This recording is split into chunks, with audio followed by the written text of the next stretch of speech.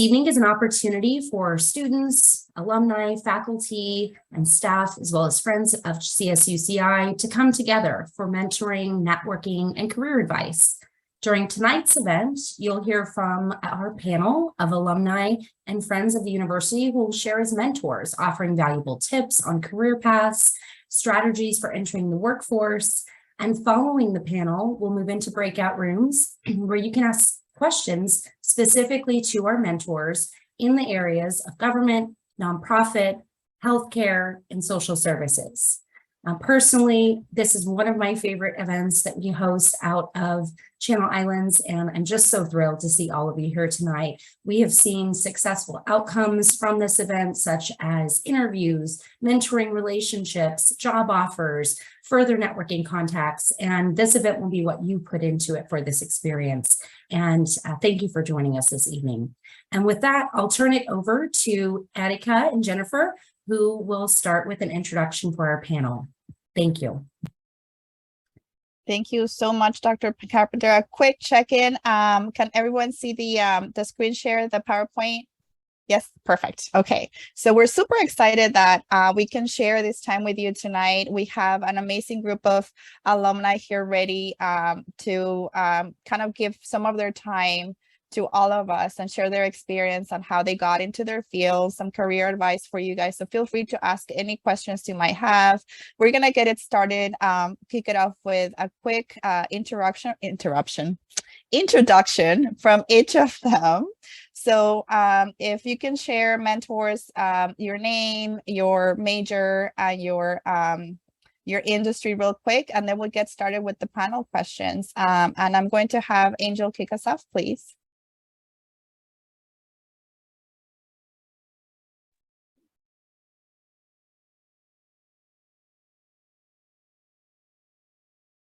Oh, is Angel not back yet? Maybe Miss Christina? Yes, hi, I'm Christina Cabral.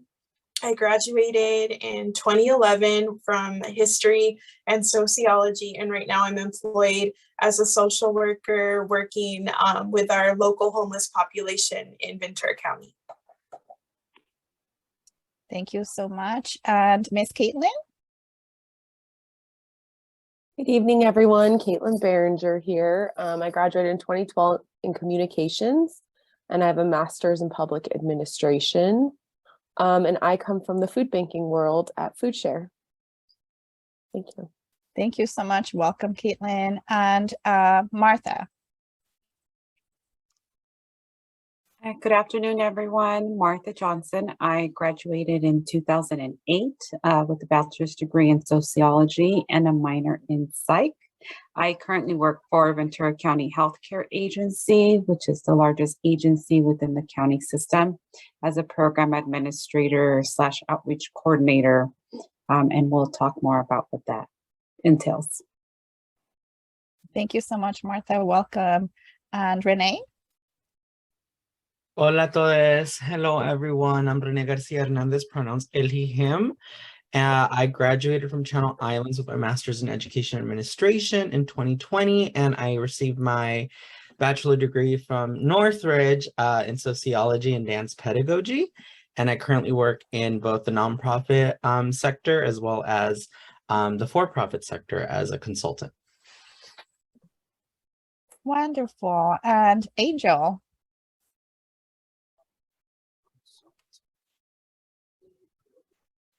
Is he back with us?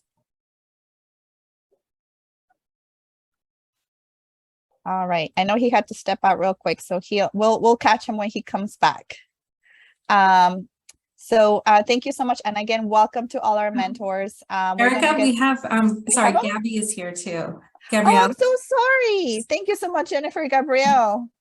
Hi, I am Gabrielle Vignon, and I am the Executive Director at House Farm Workers, and I graduated from Channel Islands with a bachelor's degree in English. Thank you so much, Gabrielle. I apologize. Did not mean to skip you like that. No worries. All right, so we'll go ahead and get started with the panel section. I know that there's a lot of amazing information that our mentors can share with us. I don't want to delay the process any longer. So to kick us off with the first question will be Jennifer. And again, welcome everyone. And I hope you all have a wonderful night with this wonderful group of people.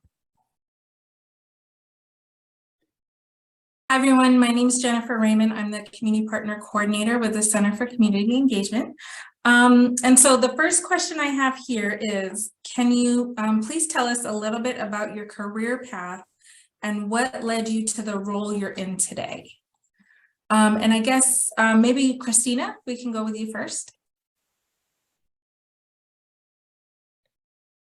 Okay, my career path. I really feel for me, I didn't have a lot of work experience as a student. I was at quite a few student worker jobs, so I wasn't working outside of the campus. But in my last year at Channel Islands, I got the opportunity to work helping out with School on Wheels, and that was working in one of our homeless shelters right next door at Rain, which is next door to the Channel Islands campus. And I got a taste of what human services looks like and what working with families looks like.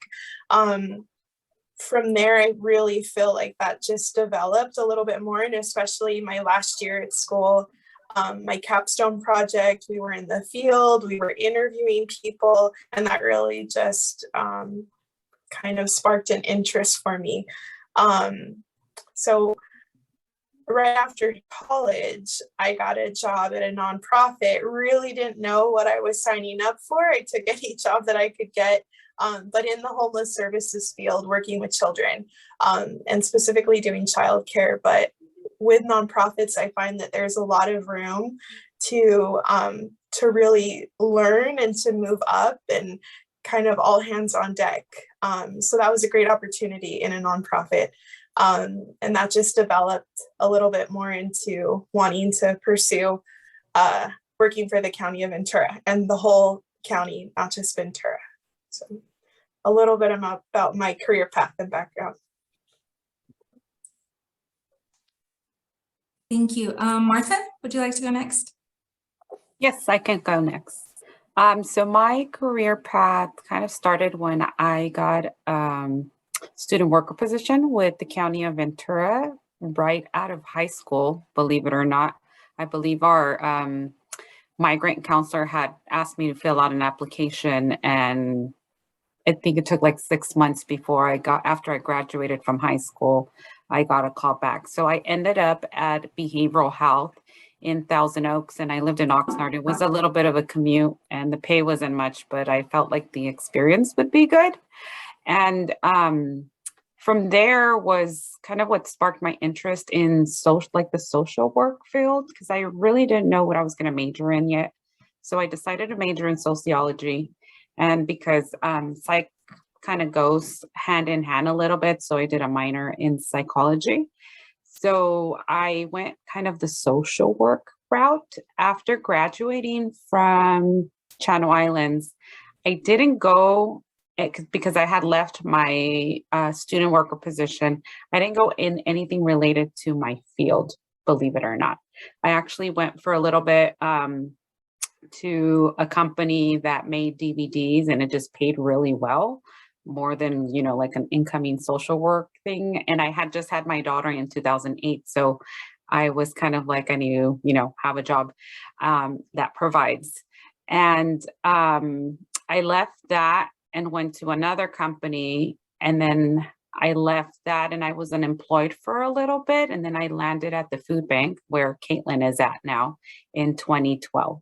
So in 2012, I started as an outreach worker, helping people apply for CalFresh benefits. And I moved up pretty quickly, becoming the coordinator and then managing the program there. Things just kind of lined up for me, where a position open as a coordinator, and then the manager was leaving and I was next in line. So I was able to gain a lot of experience from that.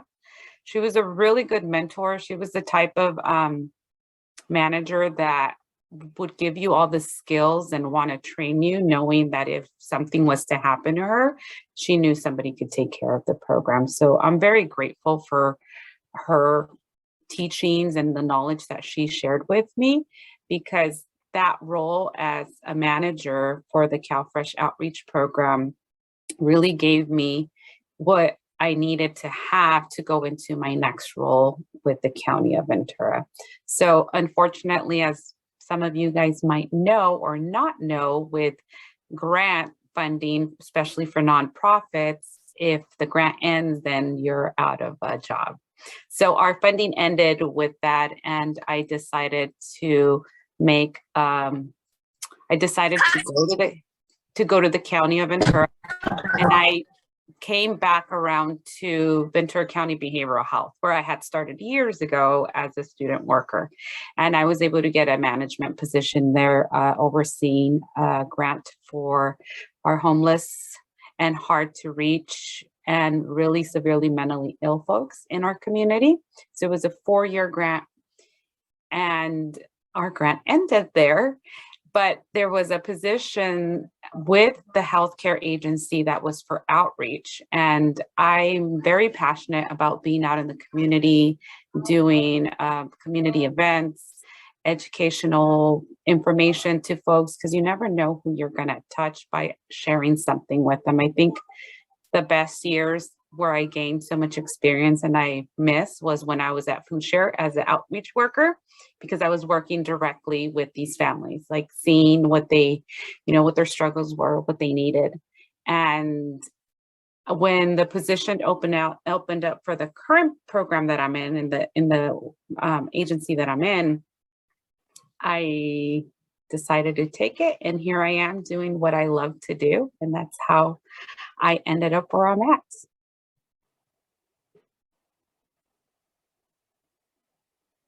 Thank you, Martha. Gabby. Hi. So my path was during getting my AA degree in legal studies, which I did at Santa Barbara City College. I did an internship as a legal assistant. And when that ended and I was done and I had my AA degree, I went to a temp agency to find a job. And they offered me either an accounting position or a job in property management. And accounting sounded really boring, so I went into property management. I started off in market rate housing, private owned houses, apartments, frat houses, and then went into homeowners association. And I was doing that while I was working on my bachelor's degree at CSUCI. And I was also raising 3 kids. I wanted to buy a house. So I went to a local housing counseling program, which is VCC DC. And I asked them how I could do that and how I could make that dream come true. And their advice was to reduce my bills and save money. And one of the biggest expenses I had was my rent, which a lot of us experience here in Ventura County. So what they suggested was applying for low-income housing. And I did that, and I was denied, and I was actually denied to not having enough income for low-income housing. So I ended up getting a job working for the company who denied me for the housing, and I became a property manager for low-income and farm worker housing.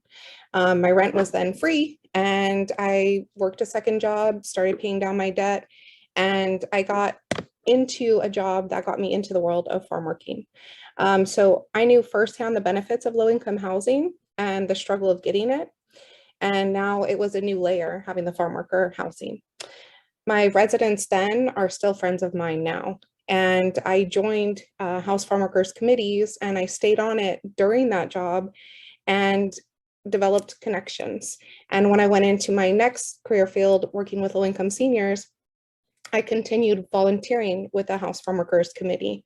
And I made connections with other committee members, with staff members of my current job, and the then executive director.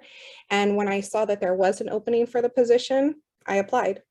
And all of my housing experience prior, combined with the farm worker experience, led to this position. Thank you, Gabby. Renee, same question. Great. Well, hello, I'm Rene Garcia Hernandez again, pronouns él y him. For those of you who have arrived late, welcome. And I will start with, I guess, the point of view that I'm coming from and experience I'm coming from is that I'm an undocumented queer Latino who does identify as male. So that's very important to know as I talk about my career path, because I would not be the leader I am today if it wasn't for that undocumented identity, in addition to the strong, badass women in my life. My mom and my sister, they're my backbone. And this is why I am the man that I am today and the leader that I am becoming.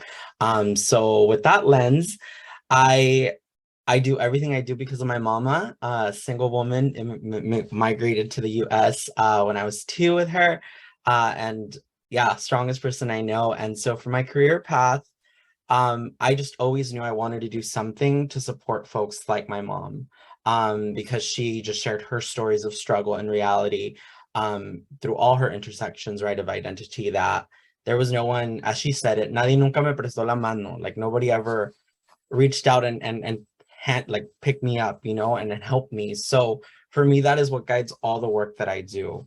And so in regards to my career path, I fell into it first and foremost because I've always been a dancer. That's another identity of mine.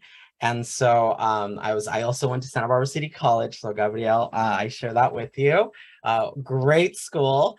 And nothing wrong with community colleges, but yeah, I was working quinceañeras as an undocumented student. I was working about 22 quinceañeras, instructing to pay my tuition because this was before the AB 540 legislation passed statewide. So was there for 3 years and just teaching quinceañeras and really honoring that talent and skill.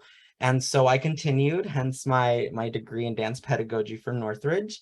Once the California State DREAM Act passed, I did go to Northridge and I was working 7 jobs, right, as an undocumented student. And so there I did work a wide range of jobs, from Bath and Body Works to a Brazilian restaurant to Zumba to childcare, right, to just kind of make ends meet. And because of all those jobs, I gained so many skills that really allowed me to find this act of service of, wow, the nonprofit sector gives back in all these ways. How can you follow through with those skills that you've gained and the skills you want to learn, Renee, even if you don't know them, right? So finally I gave in. Everyone said, you're an instructor, you're a teacher, you're an educator, you're a storyteller through dance. Why don't you go into education? And I said, well, I don't want to go into education because it's not made for people like me. I was just going because at that time, undocumented students were safe. Schools were a sanctuary place for students. So I said, I don't want to get deported. I'm going to go to school. Aunque no me guste porque soy burro. You know, I was like, I got to go. So anywho, finally gave into education. And after applying to 75 jobs in Santa Barbara, after leaving the Valley, my mom, I was going through it. So I'm here to say finding jobs is not easy, not an easy task. I also went through agencies like Gabrielle shared here in town, Apple One, shout out to them. And I landed a position. So I actually went to the Human Resource Office of Communify, formerly known as Community Action Commission. And I said, I've applied to like 5 jobs with you all. Oh, come on, I'm worth it, I promise. And luckily I was able to land a job in the nonprofit sector through them. I was offered both the director of programs and or the coordinator of programs for the California Opportunity Access Program, CalSOAP. And because of my young self, I was like, I can't be a director, I don't know anything. Let me do the program coordinator position. So that's really where my nonprofit experience and career path just launched. I absolutely loved what I did through CalSOAP and really through networking, which is a huge skill for folks to have and that I continue to hold dear to my heart, which really for me translates as comunidad, as community, just being out there in unity with folks. I was able to move up. So from there, I've gotten the opportunity to get different jobs in the sector for cause, for just community Central Coast, and also to work for Santa Barbara Unified School District. So all that to say, again, it kind of led me through my life journey. I danced my way through it to then have my passion of dance merge with my nonprofit sector experience. And I am now the executive director of the Arts Mentorship Program, which does give back to the performing arts, specifically dance. So that is how I got to where I am today. And although the path has been a zigzagged one, sometimes up and over and under. All those experiences have gotten me to where I am today. Thank you, Renee. Caitlin, would you like to go next? Sure. So I grew up in a family that was very philanthropic. My grandparents, I'm third generation Santa Paula, and my grandparents have really been an integral part of this community in so many ways. My grandmother is just a force and just has started organizations and boards. And so I grew up volunteering and just being a part of the community. And I think that that's a big part of who I am, not knowing that it would be such a big impact in my future at the time. So when I was in college, I had no idea what I wanted to do. I've never known my entire life. I spent 8 years in fundraising. No one says in kindergarten you want to grow up and be a fundraiser. So it's just, I didn't really ever know. I didn't really ever have that passion or that sure path on where I wanted. So I did my capstone project with the Ronald Reagan Presidential Foundation in their Discovery Center. And it was a really cool education thing for students to come and get tours and learn a lot about history.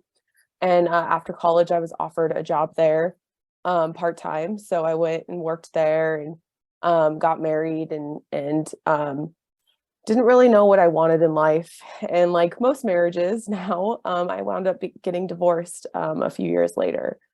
And it was one of the hardest, most challenging times in my life. I was young. I didn't really know what I wanted and where to go. And I started looking at what I wanted out of life. And I remember I kind of turned from just applying to any job. As Renee was saying, applying for all these jobs and getting nowhere. I really decided to sit down and look at the job and see, well, you know what, like they interview me, I'm going to interview them. Like, is this a fit for all my different personality types? Is this a fit, for how I want my lifestyle? Is this a fit? And when I kind of switched that in my brain, positions started coming and openings started happening and things just kind of started meshing together. So I got a job with the American Cancer Society as a Relay for Life manager. And during that time, it was perfect timing in my life because I was going through a really challenging time, but yet this job, people were going through things I couldn't even imagine. So it just put into perspective how blessed I was in my challenging time to see people that are battling cancer and just going through really horrific things in life and being able to be there and support them. So it was a really great learning opportunity to learn the skills of fundraising, which everyone needs a fundraiser. So if you're interested, that's a great career path. And then also just kind of finding myself through that job. So I was there and then I moved to Kids and Families Together, which is a nonprofit that supports kinship, adoption, foster, and at-risk youth with mental health. And I was there for 3 years, supported them in fundraising. And through COVID, I actually got a little burnt out in fundraising. It was really hard during COVID. And through my networks and connections, I had built a really good relationship with Food Share. And so this program position opened up and it was a perfect fit. And I am just loving life in programs and actually getting to spend the money now to create these really cool programs that change lives in our community. And it's all through your network. It's all through just saying yes to opportunities and just continuing to grow and to learn. That's kind of how I found myself on this career path is by chance and experience. Thank you. Thank you, Caitlin. And Angel, I see you're back. If you didn't hear the question, it was first, if you'd like to introduce yourself, and then can you tell us a little bit about your career path and what led you to the role you're in today? Absolutely. Thank you, Jennifer. So hi, everyone. My name is Angel Garcia. I'm a administrative assistant for Supervisor Vianney Lopez here at the County Ventura. It's good to see some other members of the county family here. And it's so good to see my good friend Caitlin on here. It's so awesome to be on here with you. So what led me on my career path was while I was a student at CSUCI, I was a communication major, and I had the job of delivering happiness door to door throughout Oxnard. What I mean by that was I was a delivery driver for Topper's Pizza for 3 years. And it's actually a really good gig. You know, it helped me sustain myself throughout college, helped me pay the bills, helped me help out my mom with rent and other types of bills. And I did that while I was going through CSUCI. And then when I graduated from CSUCI, I then started the process of looking for a job. I had 6 interviews in 6 months, so 1 interview per month while I was working at Toppers. And I managed to get the opportunity of a lifetime, which was to be a district representative for our former state senator, Hannibeth Jackson. And I felt what really helped me get that first job out of college was my work in the community. So while I was at CSUCI, I was very involved. I was a commissioner for the city of Oxnard. I was a vice chair for my local neighborhood council, and I was also very involved in local government, was a constant visitor of our city council meetings. So I got that job through my involvement in the community. And from there, when State Senator Hannibeth Jackson turned out, I got my dream job and the best job in the world, which was to be a staff member for our late and great, our champion, the legend, Supervisor Carmen Ramirez. And due to that tragedy, the governor had to make an appointment. And now we have Supervisor Vianney Lopez, who is an incredible community activist, an incredible champion from Oxnard with an incredible story. And I am just so grateful and lucky to have a career that was working for incredible women that have made history, women that have made our lives better here in Ventura County and the state, women that created change and were well known throughout the entire country. And I'm standing here before all of you students, and I am just so grateful for my career path and that I got to work for someone like Carmen. So I look forward to the rest of the program. Thank you. Thank you so much, everyone. I have the next question. And that is, what skills do you think are most important for someone interested in a job like yours? And I'm going to go ahead and start with Martha. Hi, everyone. Again, I think for my job, so I mentioned that I'm the outreach coordinator for the healthcare agency. And one of the most important skills that you could have for this job is communication. You have to be a good communicator. You cannot be scared to knock on a door, even if they close it. You come back again 3 months later, 6 months later, and see if they're willing to, you know, open up or partnership with you. That's the number one for my job. The next one would be organizational, just because community outreach can be very tedious. So you want to make sure you are well organized, just because emails, you're coordinating things, you're putting on events, you're communicating back and forth with other agencies and partnering and sending folks to do outreach to their locations. So that would be another piece. And then the last one would be, I love data. And a lot of programs now are data driven, you know, even grants, like they just don't want to see numbers. They want to see outcomes. So having that data analysis piece, and for those of you that are majoring in sociology, I believe you do have to take data piece in there, a data class. So having that experience or knowledge of data is important, just because you can utilize it by backing up what you do and creating reports or applying for grants, but with outcomes, not so much numbers. Like we saw these many people in a year, but what, you know, how many referrals from that, and then how many referrals actually got connected to programs. So going more in depth. So I think for me it would be those 3 things. Thank you so much, Martha. Renee? Yeah, great question. For me, I'm going to reframe the question a little bit for my answer, but really what characteristics, right, are important for the jobs that I have done and specifically the job that I have now. And some of those just skills that take up a lot of time to build and skill, no matter what role you play, right? Whether you're a student, a brother, a son, whatever it may be, or an executive director now for me. First and foremost, your personality, your uniqueness, what makes you you, those identities that you steer away from, what are those, you know, what are those identities that you don't often think about that can bring so much abundant and change in the skills that you bring into the workplace, because they will show up in the workplace amidst your professional role or identity. Also, the ability to adapt and be flexible. In all the jobs I've had, I've had to problem solve and really kind of my shape shift, if you will, or if you see Pokemon, I had to be Ditto and really become all these other Pokemons, right? To be able to adjust to the environment that I'm in. And that skill really merges into all these other soft skills in the workplace, like communication and others, to do those things. And all that really comes with the third characteristic that I look for in people that I also employ, but that I have in my job now, is self-awareness.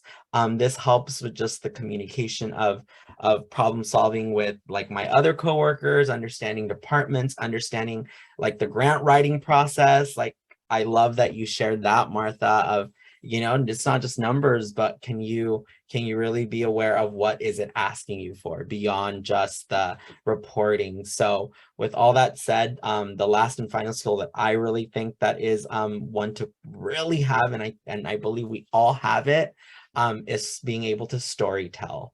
And that comes in the forms of having robust writing skills, being able to publicly speak, right? Stand in front of a crowd, even if it's just one family or one person or a student, and be able to speak to them in the language in which they feel most comfortable operating in. And lastly, creativity. I'm a dancer and I've danced my way all the way to where I am now. So being able to just be creative and channel your inner child, you know, there's those things that we all loved when we were kids.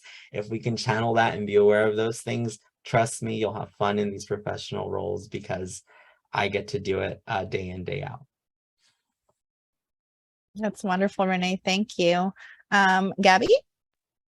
So for my job, I just want to tell you guys, in case you're not familiar with House Farm Workers, what we do.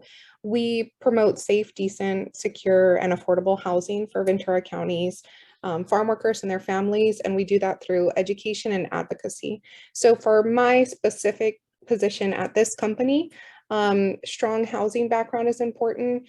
Even with 13 years experience in the housing industry, there's still things about housing in Ventura County that I'm still learning. And it's a needed background because you need a full understanding of what you're asking for others to create. And a connection with farm workers is a plus, because if you know them, or if you're able to speak with them, then you can ask them what type of housing has helped or is needed. As just an ED in general, I'm going to use a lot of the same words that others have mentioned. So Renee mentioned public speaking and creativity, and those are definite needs. As an executive director in a nonprofit, you kind of do a bit of everything. So accounting, fundraising, grant writing, finding partners to collaborate with, social media, admin work, event creation, hosting those events, public speaking, and being able to prioritize everything that you have going at once. Thank you, Gabby. How about Angel? Yes. So I have learned that in this field, you require a lot of jobs or a lot of skills. One of them is, if you're going to be a staff member to an elected official, make sure to do all your research to plan accordingly. So that way, when you take the representative to an event, that you let them know what would their audience be, what is the context of the event. And also, if your elected representative is a woman, be prepared to carry their purse. You will have to carry their purse a lot. That is something I always did for Carmen, and now that I'm doing for VNA. And as far as kind of the skills for the job in and of itself, I feel that active listening is very key. Now, when I say active listening, I mean listening to understand rather than to respond. It's very important that in this field, you really listen to the concerns of the constituent, really listen to the concerns of the community members, so that way you can create the best policy possible and have a great working relationship with community members and county staff. And one of the other things that I feel is very key is having the ability to ask questions. I feel that many people think leadership means that you need to have all the answers, but I feel that to be a great leader is you have to ask the right questions. When you get asked the right questions, you build a structure, you kind of build that safety net and make sure that everything is addressed accordingly.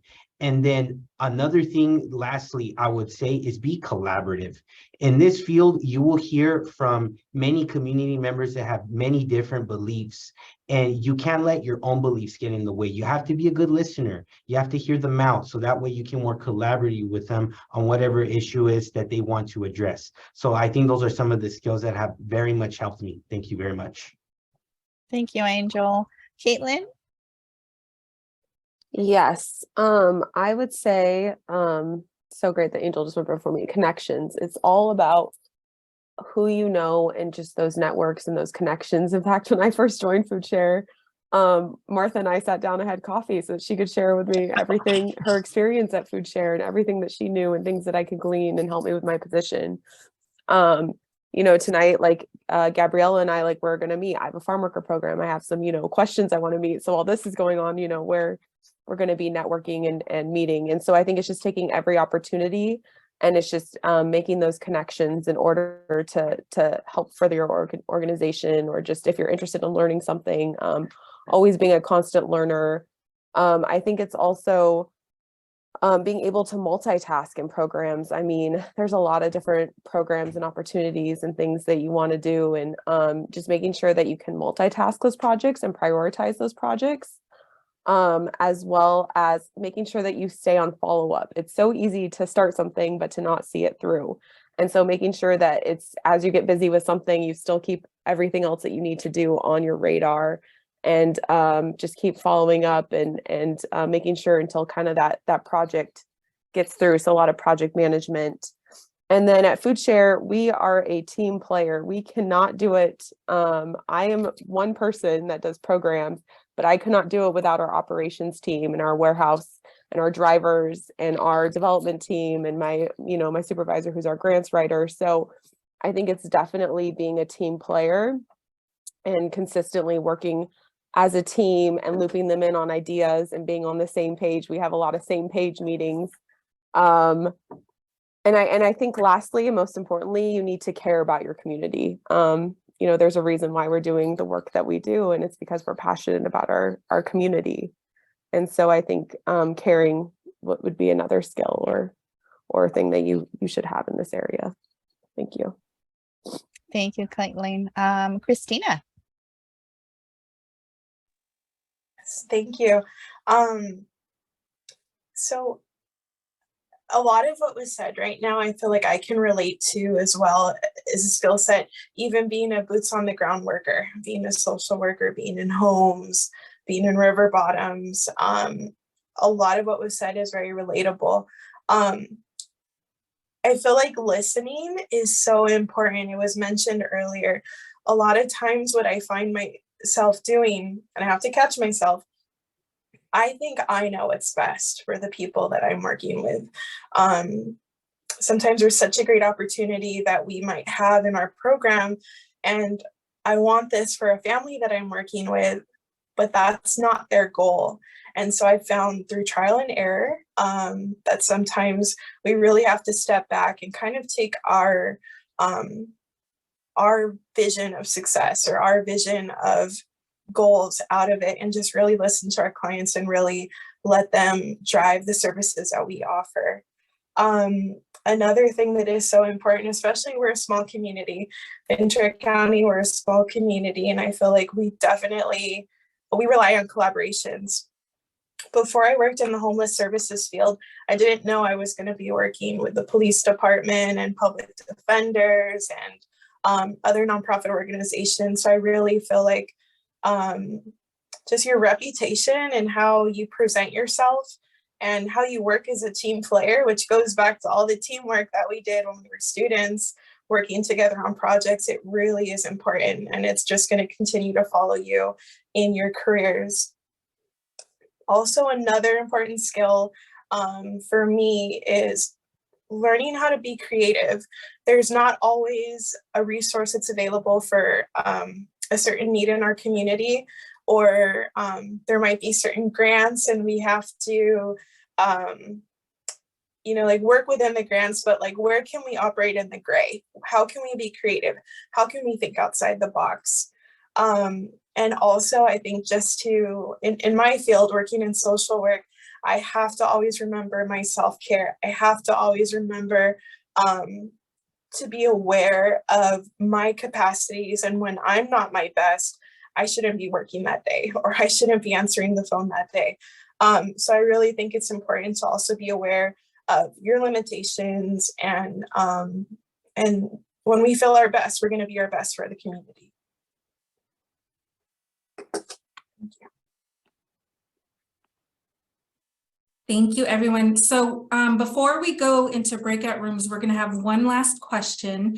And so if we can take about a minute each to answer this question, and then we make sure we have enough time for everybody. Okay, so what future do you see for the job market in this career? And what trends do you see developing over the next few years? And Renee, would you like to go first? I would not, but I will go. No, that's such a great question, especially as I'm currently developing my budget already for next year and really looking at, what does my organizational structure look like? What does this job market look like? Especially with such skillful, younger generations coming into the workplace with completely different experiences than my own.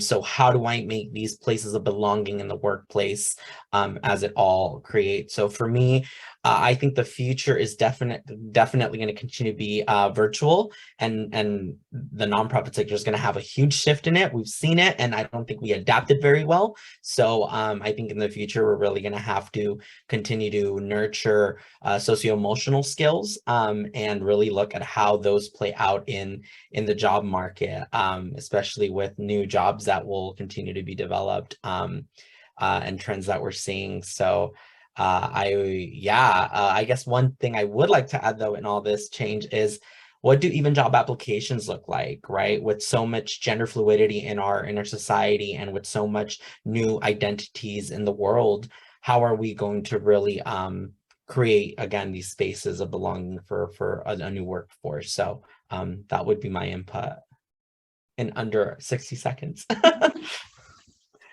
You did good. Gabby, next. So in my career, we're a small nonprofit. So it's a hard question to answer with such a small staff on how we would develop, but I would say nonprofit overall, I definitely see this career being one that is going to last, and something that if you're looking to get into is something valuable to get into. I'd have to again agree with Renee. We learned a lot of things during the pandemic, and one of those was being away from each other and doing stuff virtually, and that created working from home, that created working from a different city than your job is located in. So we're going to see a lot of changes in jobs and how people work those jobs and how people meet with each other coming. And right now is a very interesting time because there's in-person meetings, there's virtual meetings, there's hybrid meetings. So it's going to be interesting to see how we choose to go. Thank you. Thank you, Gabby. Angel. Absolutely. This is a really good question.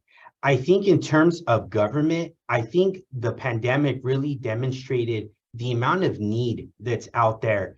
And I think our state and local governments are making historic investments into our community. The federal government recently passed legislation called the American Rescue Plan Act, which gave hundreds of millions of dollars to different municipalities all throughout the country to make key investments in the country. One example is the County of Ventura got $164 million from the federal government to make tangible investments throughout the entire Ventura County. So I think that there is going to be a significant need, and there's going to be much thoughts of how can we address this issue. So I do see government in general, as long as leadership is around that has that mission to continue to serve the public. In terms of nonprofit, I think nonprofits really stepped up during the pandemic. Many people started their own nonprofits. Some nonprofits expanded and made so much donor money that they were able to have hiring positions. And if nonprofit is something you want to get into, then you can even start your own nonprofit. There are so many resources out there to start your own nonprofit, and I'm happy to guide and assist anyone in there that has an idea about that. I sit on the board of directors for the Social Justice Fund, and we helped many emerging leaders with that. And in terms of my job as an elected representative staffer, I always have to count to 4, because after my boss's 4-year term and then they go to election, I hope they win. If they win, that means I get to keep my job. If they lose, and if then that successor has 2 options. They can either keep staff, or they can clean house and bring in new staff, or partially clean house and bring some new people. So it all depends, really. Being an elected staffer, that is one thing to keep note of, that there is some uncertainty with it. But if you keep up your valuable connections, if you have a great reputation in the community, you will have no issue finding a job in this field. And I'd be happy to guide you in any of that realm if anyone is interested in working for an elected official. Thanks. Thank you. Caitlin? Yes, so unfortunately, I would like to say that we would cure hunger in the next few years, and that food share wouldn't be needed, and that I would be out of a job and looking for some other passion to pursue. But unfortunately, I don't think that that is the reality. Right now, food share is feeding 1 in 6 people in our county. In our strategic plan, college students is for example, is a big area where we want to improve and make access easier. Food access easier for college students and for our community. And so I don't see the need going away. I actually see an increase. And I think COVID actually highlighted food insecurity and granted better access to food insecurity, and more people that didn't know about the resources of food share and food pantries and our pantry network in our county were able to learn and utilize it. You students, you have your basic needs program on campus. That's a pantry of food share. We supply food to your food pantry. It's available for you. I think you get 2 or 3 items a day for free on campus. So I unfortunately don't see the need going away. I see it increasing with inflation that we just had. We still have a college park distribution, and every week we're feeding about 700 to 800 cars, about 4,000 to 5,000 people every single Wednesday wait in line at our college park distribution. And we will be there until the line is no more. And so that is our job. That is what we say. And we're not going anywhere while people are hungry or in need of food. Thank you. Christina?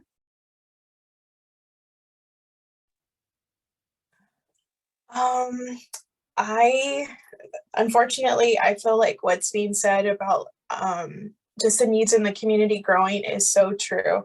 I was just looking back right now when I knew of my department, when I didn't work there, about 5 years ago or 6 years ago, they had 3 grants.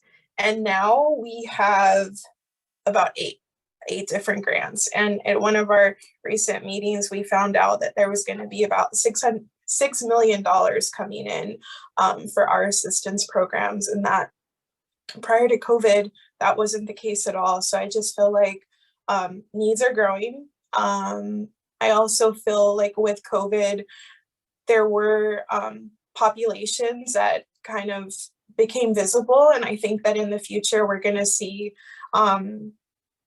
more access. I feel like the 8 to 5 offices being 8 to 5, I think that's really going to change. I feel like we might see more pop-up shops or more community events bringing resources to people to where they live. So I feel like the needs are growing. And I think that at least the County of Ventura, I feel like we're also, it seems like we're really trying to adapt to those needs and really be flexible with our community as well. Thank you. And Martha.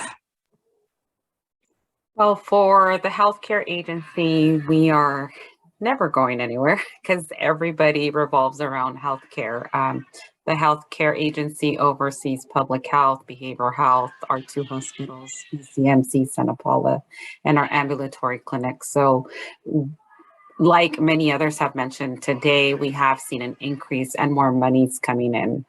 We see that certain populations need more care, so more folks are getting, for example, our homeless population, they're getting more treatment to try to get them from that revolving door and, really help them get back on their feet.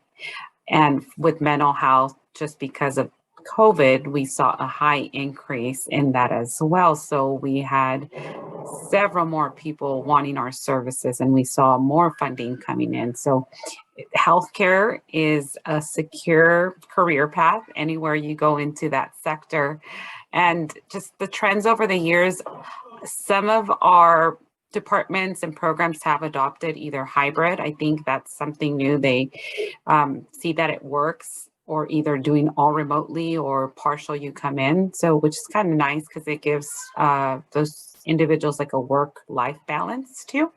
And if they commute far, then they don't have to commute. So I kind of see that in the next coming years.